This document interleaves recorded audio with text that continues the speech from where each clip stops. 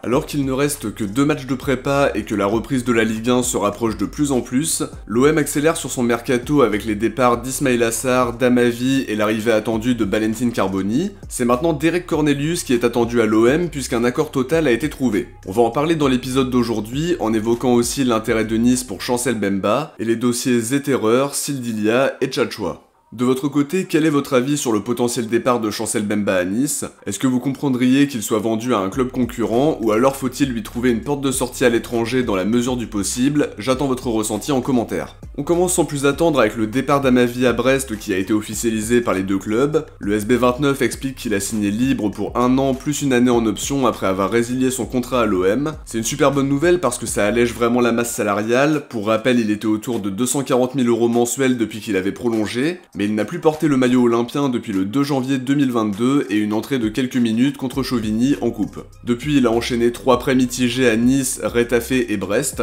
Pendant ce temps-là, le club prenait toujours en charge une grosse partie du salaire, donc son départ est vraiment une très bonne nouvelle pour nos finances. Maintenant, si on veut faire le bilan, il a alterné entre le bon et le moins bon, très performant à son arrivée, plus en difficulté par la suite avant d'être relancé par André Villas-Boas, et après d'être progressivement mis de côté par la suite. Avec du recul, la prolongation était une mauvaise idée parce que ça a clairement impacté les finances du club sans résultat sportif, mais on pouvait pas s'en douter au moment de la signature évidemment. Petite précision maintenant sur le retour de Rongier, on expliquait dans le dernier épisode qu'il devrait reprendre l'entraînement collectif la semaine prochaine, mais que ça allait mettre du temps pour qu'il retrouve la compétition. L'équipe nous dit qu'il travaille beaucoup avec Youssef Raoult, le physiothérapeute du staff de De Zerbi. Les progrès seraient notables avec de meilleures sensations de jour en jour et l'espoir de retrouver les terrains de la Ligue 1 au mois de septembre. Il n'a pas pris part à la préparation estivale, donc il faut qu'il se remette en selle, mais Rongier voit enfin le bout du tunnel après une trop longue absence. Jonathan Klaus était lui présenté en conférence de presse aux côtés de River et de Florian Maurice, l'occasion pour lui de revenir sur son départ de l'OM et aussi de justifier son choix de rejoindre Nice.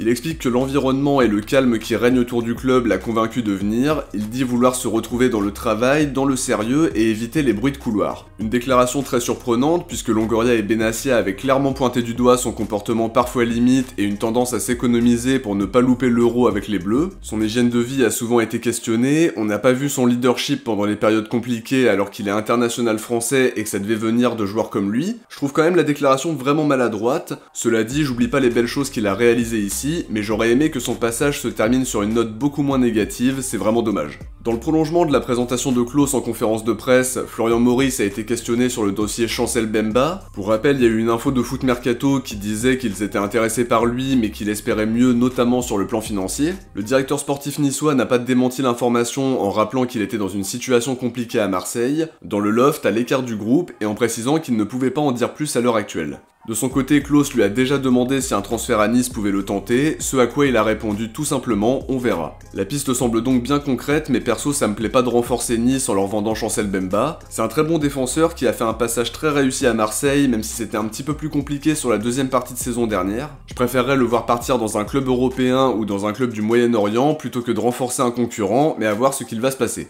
Concernant Luis Enrique, on expliquait récemment qu'une prolongation de 3 ans était dans les tuyaux. Les dirigeants ont été convaincus par ce qu'il a apporté sur la deuxième partie de saison, avec du travail, beaucoup d'humilité et quelques prestations convaincantes sous Jean-Louis Gasset. La Provence précise que l'optimisme prévaut en interne pour sa prolongation. De Zerbi apprécie son profil et aimerait le garder dans la rotation dans un premier temps. L'idée c'est de boucler le dossier avant la reprise du championnat, mais s'il ne prolonge pas, il sera tout de suite placé sur le marché des transferts à 1 an de la fin de son contrat. Dans la Provence, son entourage affirme que rien n'est encore acté.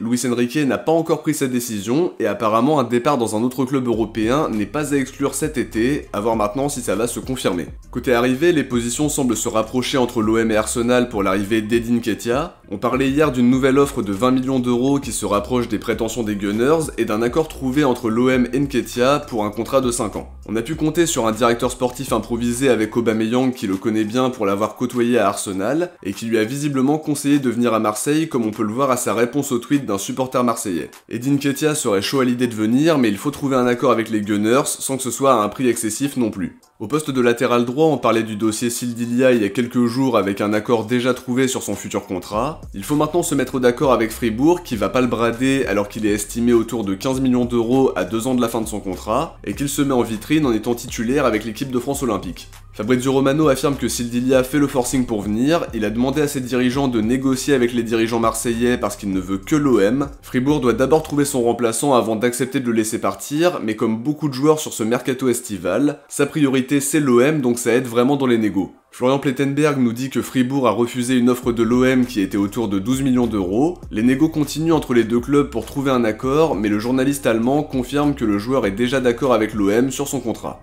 En parallèle, Calcio News 24 parle d'un intérêt concret pour Jackson Tchatchoua, latéral droit de l'Hellas Vérone pour qui l'OM aurait même formulé une offre de 8 millions d'euros, offre refusée par le club italien qui en espère au moins 10. Une piste qui semble quand même plus concrète pour le Stade Rennais de ce que j'ai pu lire un peu partout, il négocie actuellement pour le latéral camerounais en cas d'échec de la piste qui mène à Rick Karsdorp. Au poste de gardien, Florian Plettenberg nous dit que l'OM est intéressé par Michael Zetterer, gardien de 29 ans qui joue au Werder Brême et qui a d'ailleurs récemment prolongé son contrat jusqu'en 2027. Estimé aux alentours de 3 millions d'euros par transfert market, c'est un gardien qui sait se montrer décisif sur sa ligne, qui est bon dans les sorties aériennes, qui a des qualités dans le jeu au pied, notamment dans le jeu long, qui a ce profil de gardien libéraux qui joue assez haut et qui participe au jeu. Ça colle avec ce que recherche Deserbi, mais c'est pas le profil de gardien jeune à façonner dont on a entendu parler récemment. Il a 29 ans, peu d'expérience dans des championnats majeurs, ce serait pas très coûteux, mais si c'est pour être titulaire, je sais pas si on aura de vraies garanties en le faisant signer. Après on a plusieurs contre-exemples, Samba qui s'est révélé en championship et qui est maintenant international français, Ortega qui était à l'Arminia Bielefeld et qui a totalement conquis les observateurs depuis qu'il est à City. Ce qui est rassurant, c'est de savoir qu'il est pisté par Manchester City en cas de départ d'Ederson pour doubler le poste d'Ortega justement. Ça montre qu'il a de belles qualités et je pense aussi qu'il est quand même plus complet qu'un Pau Lopez par exemple. A voir ce que ça va donner, mais je suis quand même plus emballé par des joueurs comme Luis Junior ou Alvaro Balies pour incarner l'avenir et être façonné à l'image de Deserbi et du jeu qu'il veut proposer. Dommage que Balies ne soit pas chaud à l'idée de venir parce que ça me plaisait vraiment beaucoup. A voir maintenant si la piste Zetterer ira plus loin que le stade de la rumeur, mais je fais confiance au coach et à la direction qui prennent le temps de bien cibler le profil du futur gardien parce que c'est un poste vraiment crucial, donc on n'a vraiment pas le droit à l'erreur. On termine l'épisode d'aujourd'hui avec un point sur le dossier d'Eric Cornelius qui semble être totalement bouclé si on en croit Fabrizio Romano qui parle d'un accord total pour le défenseur canadien, un transfert de 4,3 millions d'euros bonus inclus. Cornelius est même attendu à Marseille ce week-end pour signer son contrat et devenir la 5e recrue du mercato estival, après Koné, Brassier, Greenwood et Højbjerg. L'OM tiendrait donc la doublure de Lilian Brassier en faisant signer un défenseur gaucher qui est aussi à l'aise avec son pied droit, bon relanceur avec des qualités défensives certaines, notamment dans l'anticipation et par la solidité qu'il apporte. À ce prix-là, on risque pas grand-chose et plusieurs observateurs disent même que c'est vraiment pas cher par rapport à ce qu'il a montré à la Copa América. On peut s'attendre à une bonne surprise comme a pu l'être Amir Murillo l'été dernier, et ce qui est très positif, c'est qu'on a notre quatuor défensif avec Brassier et Balerdi comme titulaires, avec aussi Meite et Cornelius pour doubler leur poste. Ça nous permettra de se concentrer sur d'autres postes à renforcer en priorité. On parlera de son profil plus en détail dans la présentation qui sortira dans les prochains jours comme pour Valentin Carboni. Ça annonce un week-end assez chargé en termes de vidéos, mais on va se régaler.